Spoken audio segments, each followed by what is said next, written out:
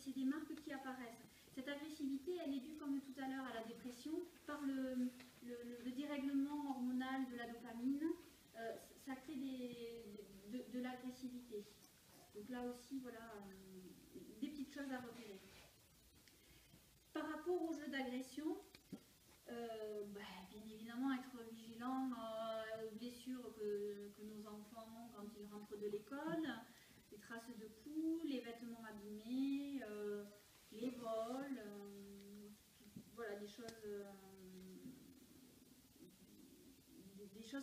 que l'on peut facilement repérer.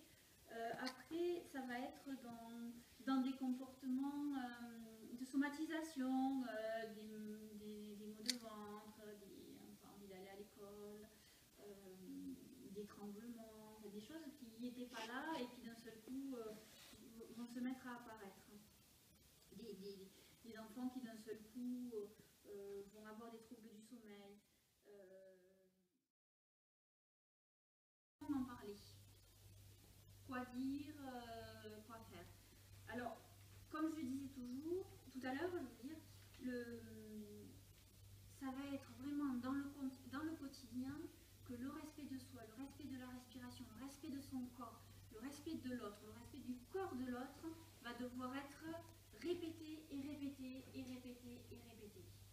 Vous savez, c'est le merci, merci, merci. Comment ça se fait? On l'a dit des milliards de fois et il y a 10 ans encore merci. Voilà. Donc on s'aperçoit bien que pour que les choses soient intégrées, eh ben, il faut les répéter, les répéter, les répéter.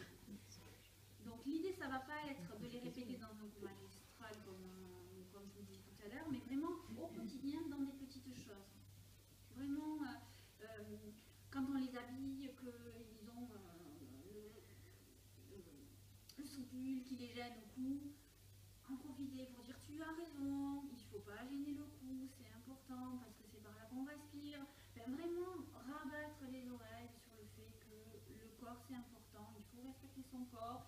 Quand il se roule par terre, fais attention à toi, tu risques de te faire mal, ton corps est important. Et c'est vraiment par ces choses-là que l'enfant va intégrer que, effectivement, son corps est important, il doit faire attention à ce qu'il est, il doit faire attention à l'autre et au corps de l'autre. C'est au-delà d'être important pour eux, pour leur corps, c'est important aussi pour leur estime d'eux-mêmes. Parce que si on valorise leur corps, valorise leur fonctionnement de leur corps, on les valorise eux-mêmes. Et donc, ça peut les aider au-delà de la prévention sur ces risques, dans leur développement et dans leur mieux-être et dans leur mieux-vivre. À l'adolescence, les choses sont un peu différentes. C'est plus effectivement le jeu, l'amusement qui va vouloir être mis à l'expérimentation. C'est vraiment la prise de risque, le danger. Donc effectivement, la prévention, là, elle va devoir être un peu différente. Parce que tout à l'heure, je parlais d'incitation, et c'est surtout à cet âge-là qu'il va falloir être vigilant. C'est-à-dire que si on leur explique que lorsque le cerveau est coupé d'oxygène, on a des hallucinations, qu'elles peuvent être agréables. Donc, ce discours-là, effectivement, à ne pas divulguer de façon aussi claire. Mais par contre, expliquer les vrais risques. C'est-à-dire qu'un cerveau qui est plus oxygéné, les neurones meurent. Et moins on l'oxygène, plus elles meurent. Et effectivement, lorsque ces neurones, comme je disais, concernent des zones importantes, il y a des séquelles qui peuvent être irréversibles. De pouvoir leur proposer des activités sportives, des choses